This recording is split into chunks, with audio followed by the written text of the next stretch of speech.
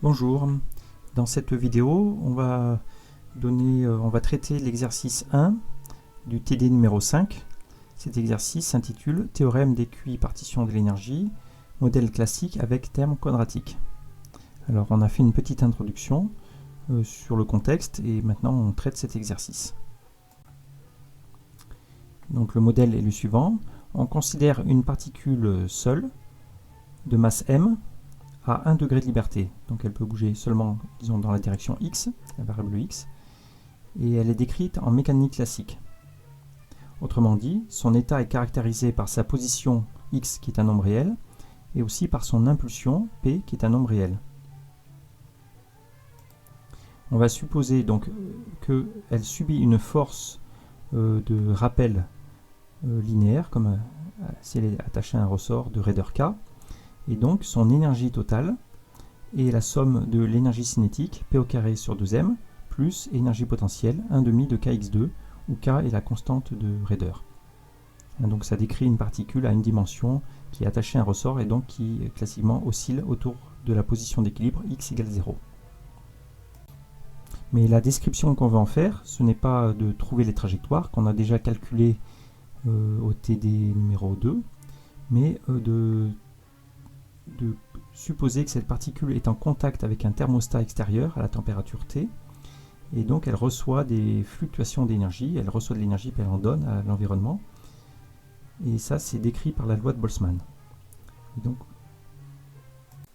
voilà, et donc son énergie totale n'est pas conservée, comme elle échange de l'énergie avec l'extérieur, hein, le système n'est pas isolé, et donc chaque terme ici va fluctuer avec le temps, de façon aléatoire.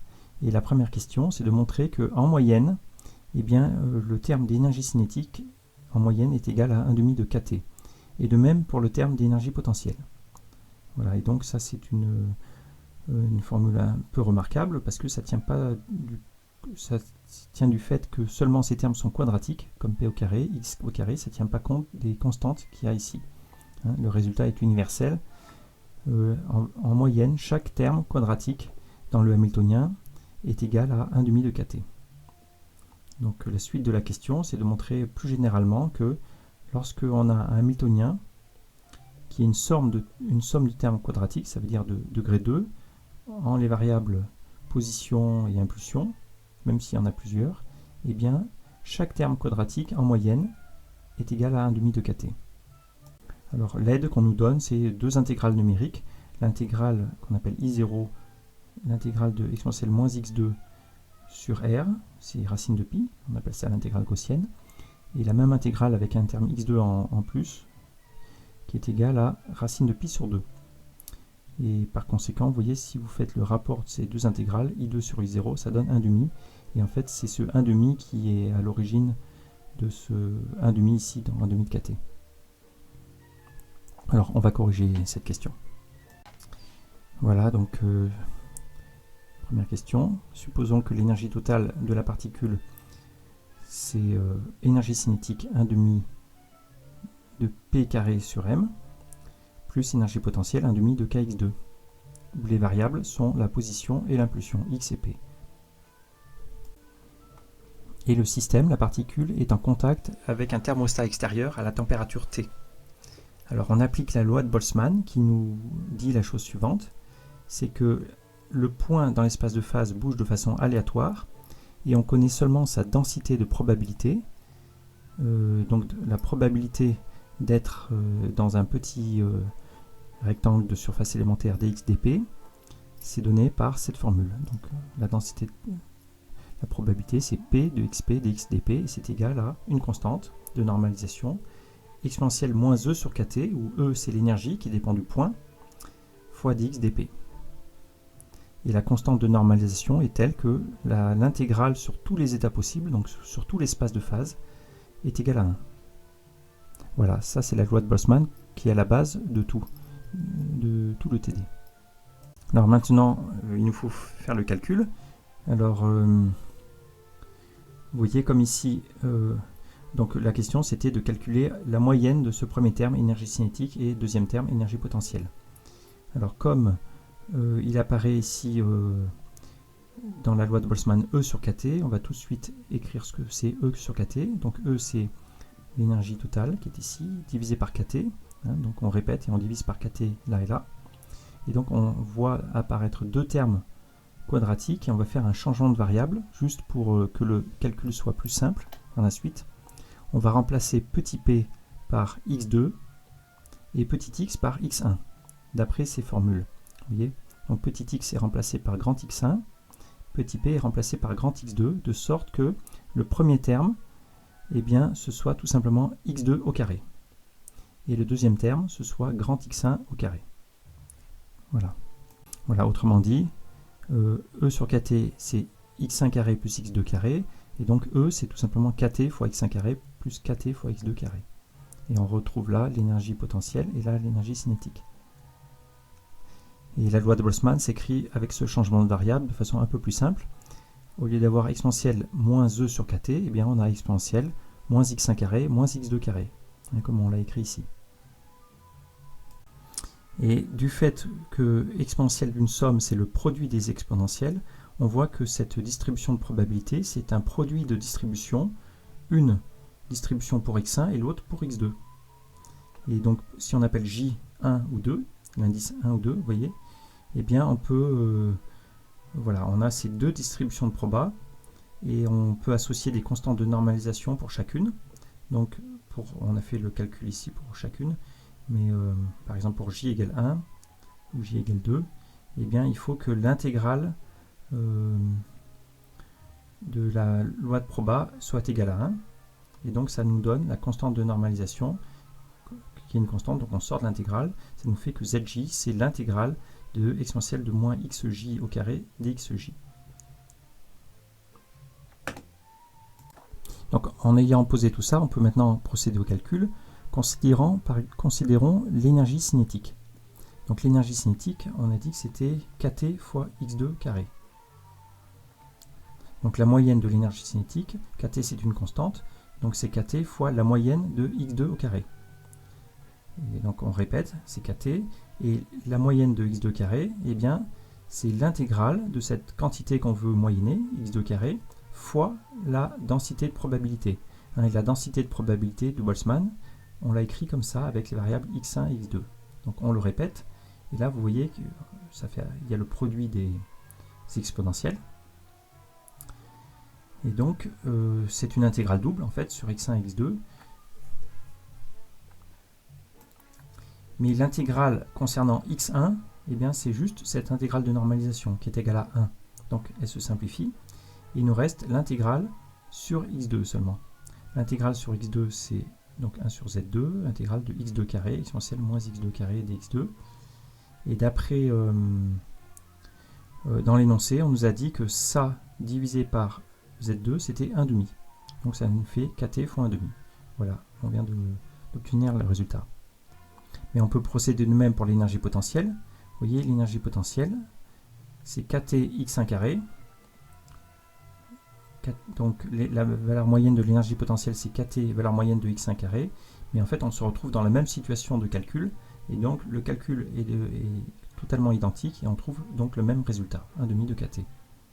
Donc on a compris le mécanisme sous-jacent, c'est que en fait, quand dans l'énergie totale on a des termes quadratiques, vous voyez, et bien on peut par changement de variable toujours les exprimer comme kt fois une variable au carré, et en moyenne, on aura toujours 1,5 de kt pour chacun de ces termes quadratiques. Donc on peut écrire plus correctement ce qu'on vient de dire. Donc si votre état est décrit par des variables, par exemple dynamique, de position et d'impulsion, x1, x2, p1, p2, etc. Et si, alors ça c'est important comme hypothèse, l'énergie totale c'est une somme de ces termes quadratiques, ça demande donc par exemple l'énergie cinétique et de l'énergie potentielle, mais seulement avec des expressions quadratiques. Eh bien, pour procéder au même calcul, eh bien, on exprimera l'énergie totale divisée par kt comme une somme de ces termes quadratiques. Ensuite, on pourra, par changement de variable, eh bien, exprimer ça comme justement une somme de nouvelles variables x1 carré, plus y1 carré, x2 carré, etc. Et donc la loi de Boltzmann, qui s'écrit toujours sur l'espace des phases comme une constante de normalisation exponentielle moins l'énergie sur kt dx dp, et bien par changeant de variable, hein, E sur kt, E sur kt ce sera cette somme de termes de degré 2. Or, l'exponentielle d'une somme, c'est le produit des exponentielles, et donc on pourra factoriser la loi de proba de Boltzmann par des lois de proba indépendantes sur chacune des variables. C'est aussi un passage important. Et chaque loi de proba, ce sera juste une loi gaussienne. Voilà, et donc la constante de normalisation sera donnée par le fait que l'intégrale de cette loi gaussienne est égale à 1. Donc la constante de normalisation, ce sera l'intégrale de exponentielle moins xj carré dxj, et pareil pour yj. Et donc la valeur moyenne du terme quadratique, hein, qui apparaît dans E sur kt, cette valeur moyenne, c'est l'intégrale de ce terme quadratique fois la proba en question, sachant que les autres, ça donnera des termes égaux à 1. Et d'après ce qu'on vient de dire, ce rapport, hein, c'est dans l'énoncé, c'est ce qu'on appelle I2 sur I0, c'est égal à 1,5, toujours. Voilà. Donc si on considère par exemple le premier terme de l'énergie, hein, le premier terme de l'énergie, c'est ce terme-là, fois kt. Donc c'est ce qu'on vient d'écrire ici, kt fois alpha 1 carré x1 carré. Par changeant de variable, ça fait kt fois valeur moyenne de xj carré, donc 1,5 de kt. Voilà, et ce sera comme ça pour tous les termes. Donc ce résultat universel dit que en moyenne, chaque terme quadratique dans un hamiltonien, et à condition que le hamiltonien est seulement constitué de termes quadratiques, et bien en moyenne, chaque terme est égal à 1,5 de kt. Alors maintenant qu'on a démontré ça, on va passer à la question 2, qui est une application, une conséquence de ce théorème d'équipartition de l'énergie. Donc on considère un gaz dans une enceinte en 3 dimensions, qui est en contact avec un thermostat à la température T. Et on suppose que ce gaz contient deux types de particules. Des particules lourdes de masse grand M et des particules plus légères de masse petit m. Et donc, bien sûr, l'état de chaque particule fluctue au cours du temps, son énergie fluctue, mais on demande de regarder en moyenne que vaut la vitesse au carré des particules lourdes et la moyenne de la vitesse au carré des particules légères, et de les comparer. Imaginez par exemple dans l'enceinte, il y a des boules de pétanque et des balles de ping-pong. Donc on imagine bien qu'elles bougent dans tous les sens, elles s'entrechoquent, mais qu'en moyenne, les boules de pétanque iront moins vite que les balles de ping-pong. Donc c'est un peu ce qu'on veut établir. Alors voici la correction de cette question 2. Donc dans une enceinte, considérons une particule de masse petit m qui est libre. Ça veut dire qu'elle ne subit aucune force extérieure. Par conséquent, son énergie totale, c'est seulement l'énergie cinétique, qui en variable impulsion s'écrit comme P au carré sur 2m, et comme on est en dimension 3, c'est P1 carré sur 2m plus P2 carré sur 2m plus P3 carré sur 2m. Donc c'est la somme de 3 termes quadratiques. D'après ce qu'on vient de démontrer à la question précédente, eh bien en moyenne, donc chaque terme va fluctuer au cours du temps, hein, de façon aléatoire, mais d'après la loi de Boltzmann, en moyenne, chaque terme sera égal à 1,5 de kt. Et donc la moyenne de l'énergie totale, ce sera la somme de ces moyennes, ce sera donc 3 fois 1,5 de kt, 3,5 de kt. Voilà, par conséquent, la vitesse au carré de la particule est égale à 2e sur m, et donc en moyenne, ce sera 2 sur m fois la valeur moyenne de l'énergie. Ce qui nous fait 2 sur m fois 3,5 de kt, il reste 3 kt sur m. Et de même, pour les particules de masse plus lourde grand M, en moyenne, ce sera 3 kt sur grand M. Et le rapport de ces moyennes, donc des vitesses au carré, ce sera donc cette expression divisée par celle-là, et donc ce sera le rapport inverse des masses. Et donc comme on l'a dit, eh bien, en moyenne, les particules plus lourdes iront plus lentement que les particules légères, parce que ce rapport est petit devant 1. Alors passons à la question 3. Dans un cristal en 3 dimensions, donc un cristal est fait d'atomes, et chaque atome peut vibrer autour de sa position d'équilibre. Première question, c'est de justifier pourquoi, en première approximation, on peut considérer que chaque atome oscille dans un potentiel harmonique. Ça signifie un puits d'énergie potentielle quadratique, comme x2, y2, z2. Alors voici la réponse. C'est qu'en général, l'atome subit des forces de part des atomes voisins, et ces forces dérivent d'une énergie potentielle. Alors on ne connaît pas a priori l'expression de cette force ni de cette énergie potentielle, mais selon une certaine direction x, y ou z qu'on appelle petit q, eh bien on a une certaine énergie potentielle qui est une fonction, et ce qu'on sait, c'est qu'on s'intéresse à la position d'équilibre. Par définition, la position d'équilibre, c'est le minimum de l'énergie potentielle. Donc c'est un minimum local, et on choisit que ce minimum étant Q égale 0. Et donc les vibrations de l'atome seront au voisinage de cette position d'équilibre, donc au voisinage de Q égale 0, et donc il suffit de connaître la fonction énergie potentielle près de l'origine. Et pour ça, on peut utiliser un développement de Taylor. Et alors, comme l'énergie potentielle est définie à une constante près, on va supposer qu'en 0, U de 0 égale 0.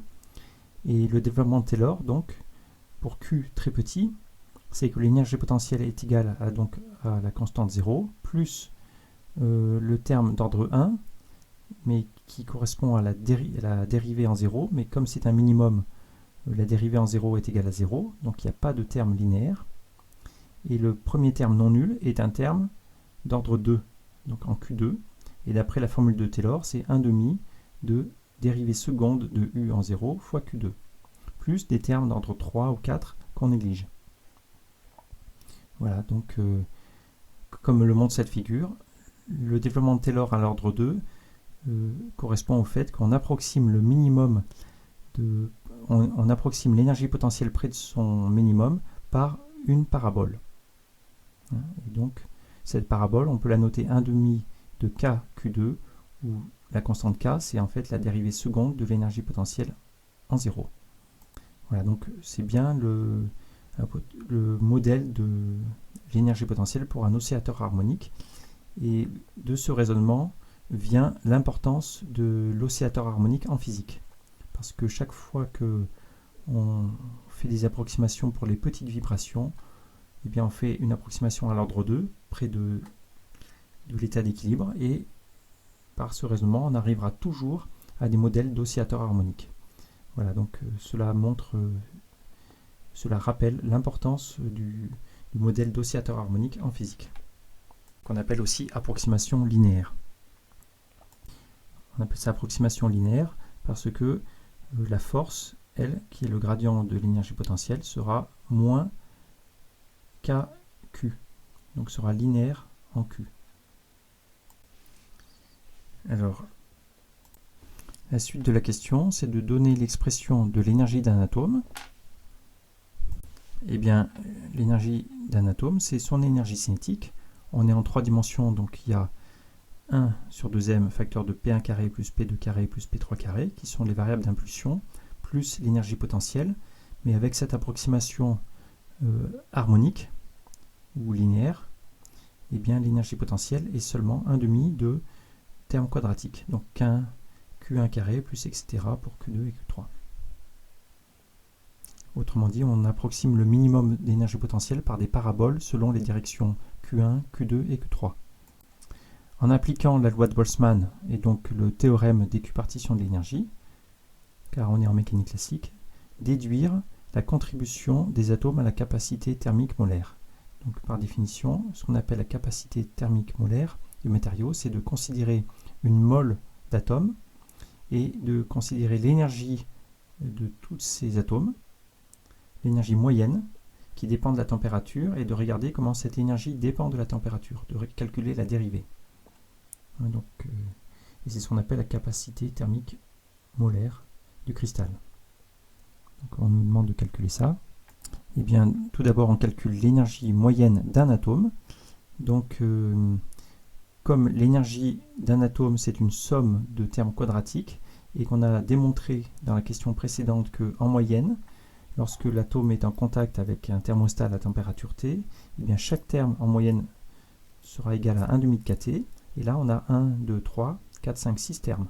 Donc en moyenne, ce sera la somme des moyennes, donc ce sera 6 fois 1,5 kT, ce qui nous fait 3 kT. K est la constante de Boltzmann. Et ça, c'est pour un atome, mais si on considère une mole d'atome, ça veut dire le nombre d'Avogadro d'atomes, 6 10 puissance 23 atomes, et bien en moyenne, il faut multiplier par le nombre d'Avogadro, donc ça fera 3 kT fois le nombre d'Avogadro, et par définition, le nombre d'Avogadro fois K, c'est ce qu'on appelle R. R est égal à 8,31 joules par Kelvin. Voilà, donc ça nous fait ce résultat. Et on voit que l'énergie donc de tous ces atomes augmente linéairement avec la température. Alors c'est assez intuitif, parce que à température nulle, les atomes sont immobiles, donc leur énergie est nulle, et lorsque la température augmente, ils reçoivent de l'énergie de la part du thermostat, ils s'agitent, et donc leur énergie va augmenter. Donc on vient de démontrer que l'énergie augmente linéairement avec la température. Et la constante de proportionnalité, c'est 3 fois R. Et justement, c'est la définition de la capacité calorifique molaire d'une mole. Il faut dériver cette expression par rapport à T, et on obtient le coefficient 3R. Donc 3 fois 8,31, ça fait 25 joules par Kelvin. Voilà, ça veut dire que chaque fois qu'on augmente la température extérieure de 1 degré Kelvin, eh bien l'énergie du matériau, l'énergie emmagasinée dans le matériau augmente de 25 joules.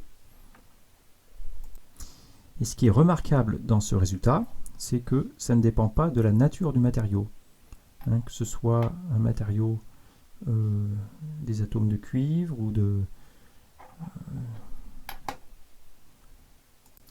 fer ou de quoi que ce soit, la prédiction c'est que l'énergie emmagasinée sera toujours de 25 joules chaque fois qu'on augmente d'1 Kelvin la température extérieure. Alors ce résultat remarquable était connu et observé, c'est ce qu'on appelle la loi empirique de Dulong et Petit. Voilà, en cliquant sur le lien, vous arrivez à la page Wikipédia qui en parle. Donc c'est une loi empirique, ça veut dire observée expérimentalement, en 1819. Et ils avaient étudié plusieurs matériaux différents, de différentes masses molaires, et pourtant, et la prédiction, c'est que voilà, la capacité calorifique est une constante, à 25 joules par Kelvin. Alors ça marche à peu près bien pour tous les matériaux, et aussi un exemple du cuivre et du diamant. Alors la question finale, c'est de comparer aux courbes expérimentales. Sur cette figure, eh bien, on voit que ça marche bien à haute température, mais à basse température, ça marche peut-être assez bien pour le cuivre, vous voyez, à température ambiante, mais pour le diamant, ça ne marche déjà plus. Et à très basse température, ça ne marche plus du tout. La capacité calorifique tend vers zéro, alors que la prédiction qu'on vient de faire, c'est une constante. Et donc, le fait que les capacités calorifiques des matériaux tendent vers zéro à basse température, et selon les matériaux, vous voyez, pour le diamant, ça tend plus vite. C'est même déjà notable à température ambiante. Et bien ça, c'était une question fondamentale au XIXe siècle, parce que c'était un phénomène qu'on ne savait pas du tout expliquer, ni modéliser. Et c'est le sujet de l'exercice suivant.